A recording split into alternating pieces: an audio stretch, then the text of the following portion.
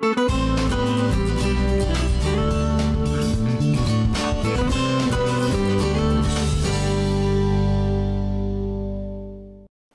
to the Becker County Historical Society Museum Road. Today we come to you from the museum, and we're standing by our World Wars and Army, etc. Display. And I have with me today Arland Wisted, who had the wonderful experience of being in Burma. And so I'm going to let him tell you about it. Well, first of all, I want to, our outfit, the 115 Medium Maintenance Company, was situated in Bamo, Burma. That's where they were when I joined them in about March of 1945. And after being there for about a month, then we were given orders to move the entire company to Luqiao, China, which is about 200-300 miles south and east of Kunming, China. So first of all, they had to fly us from Bamo to Lido, India, which was a big supply depot to pick up our trucks.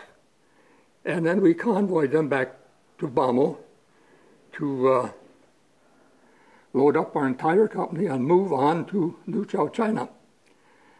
And the way a convoy worked, we had about 100 units plus or minus, and divided into 4 serials, A, B, C, and D. And I was in charge of the D serial, so I drove the last truck in the convoy, excepting the 2 wrecker trucks, which followed up the rear in order to pick up any delinquent trucks that were broke down. And going over the Lido Road, which was built from Lido, India, to Lashio, Burma, and the Burma Road was built from Kunming, China, to Lashio, Burma, and they joined there. Well, going down the Lido Road, which is so rough, it was hard on vehicles, and the Japs sprinkled plenty of nails and other debris in the road, so that when you come in at night, you had plenty of flat tires to fix, and I got to be an expert. Well, you were the mechanic, weren't you? You had to be one. Oh, okay. I was a small arms mechanic, not truck. But anyway, each driver was in charge of his own vehicle. So at the end of the day, when you came in, you serviced your own truck, you fixed your own tires, if you had a flat, and I had a lot of them, always on the inside dual. So I had to take off a whole tire before I could even get at it. You gassed your truck up, oils, and checked your water so it was ready to go for the next day before you could go to bed. Well, then you set up your cot and your mosquito bar, and then you slept for the night and ready for the next morning. Well, then some of the run into the monsoon weather. So one morning we got up, and all you could see from one end to the other, the convoy stopped with water, 6 to 8 inches deep. So that held us up for a day till that receded, and we had to get fed and get our truck serviced and one thing and another. And then you come to a bridge. Well, the bridge has a sign there. It tells you what the limit of the weight I can go across at one time. Small trucks continuously, your larger trucks one at a time. So that holds up everything. Everybody's got to stay until that truck's going, and the next one, and the next one.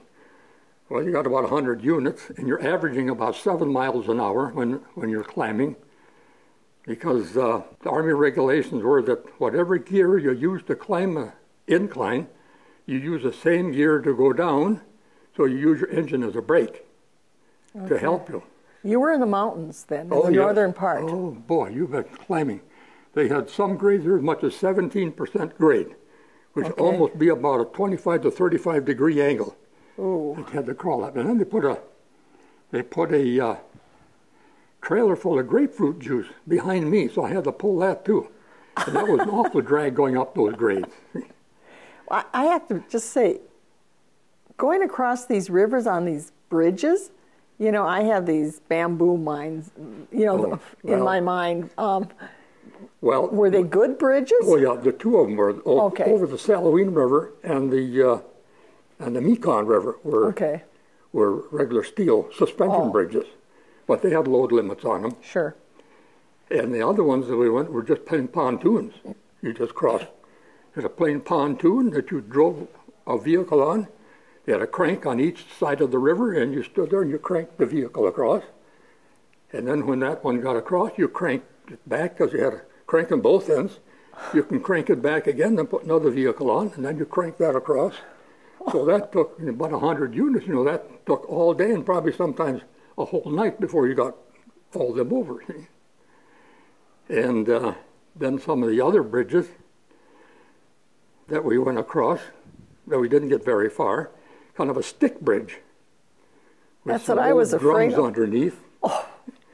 And we got about 25 units across, and then down they went through the bridge and down to the bottom. Well, that happened about mid-afternoon.